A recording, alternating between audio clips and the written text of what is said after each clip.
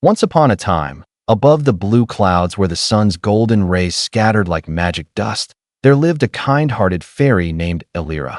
Elira was the most beautiful, yet the most silent fairy in the magical realm. Her voice had the power that, if she sang even a single song, wilted flowers would bloom again, wounded birds would take flight, and sad hearts would smile. But she rarely used her voice, because she knew that some magic becomes truly beautiful only when it remains rare and pure. Crescent moon one day, Elira descended to the earth below. There, at the edge of a small village, she saw a little boy, weak, pale, and almost defeated by life. His name was Ian. There was hope in his eyes, but no strength in his body. Elira gently placed her hand on his forehead, and a soft light surrounded him. "Who are you?" Ian whispered weakly. Elira smiled and said, "I am a friend from the skies. Tell me, little soldier, why are you so sad?" Ian whispered, "My mother says if you pray with a pure heart, God listens. I pray every day that I can run again, so I can go to the garden with her. But maybe God isn't listening." Elira softly replied, "God always listens, sometimes, even in silence." She made a decision. She would grant Ian's wish, but the law of the fairy realm was strict. A fairy who gives a human the gift of life must sacrifice her own voice. That night, under the silver moon, Elira folded her hands and prayed, "O Creator of light, if my voice can bring a child his smile back, then let me give it away for his happiness." Sun behind small cloud the next morning, Ian opened his eyes and sat up. Strength had returned to his body, and his mother was stunned. "Ian, you can walk." Ian smiled and said, "I'm fine, Mama."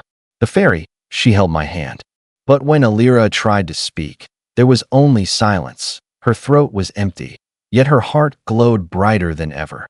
Cherry blossom from that day on, Elira stayed on earth. She could no longer speak, but she helped people with her touch, her smile, and her light. If a child cried, a shining tear from her eye would dry his sorrow. If a flower wilted, the glow from her fingers would bring it to life again. People did not understand her silence at first. Some called her a witch, some named her the silent fairy. But as time passed, they realized, love doesn't always need words. Sometimes, love is a touch, a prayer, or a sacrifice. Full moon one evening, Ian returned to the same lake where he had once met her.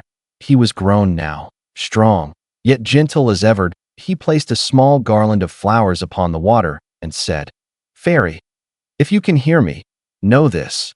Your silence became my life." The water shimmered, and a radiant figure appeared. Elira, glowing like a sculpture of light. She couldn't speak, but she smiled and placed her hand on Ian's heart. In that moment, Ian heard something. Not words, not a voice, but a feeling, a warm, radiant feeling that whispered, "Love never ends. It only changes its form." Sparkle's years passed. Ian became a healer in his village. He treated sick children and often said, "I learned all this from a fairy, who taught me that you don't need to speak, only to have a pure heart." Up above, beyond the clouds, Elira sat close to the moon. Whenever a mother prayed for her child on earth, her silent smile became a new ray of hope.